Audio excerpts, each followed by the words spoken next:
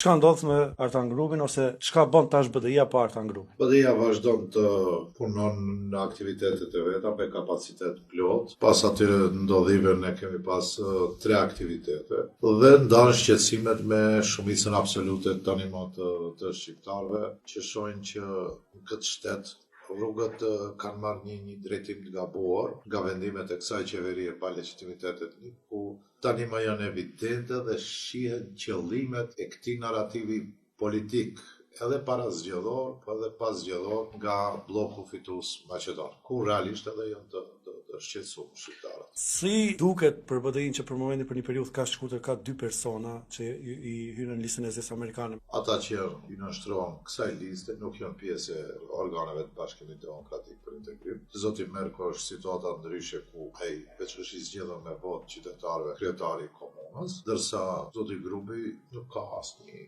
angazhim partijak pas atyre ndodhive. Besoj që edhe ju e keni ndjekur që edhe vetë është përjashtuar, është largu nga organet partijake.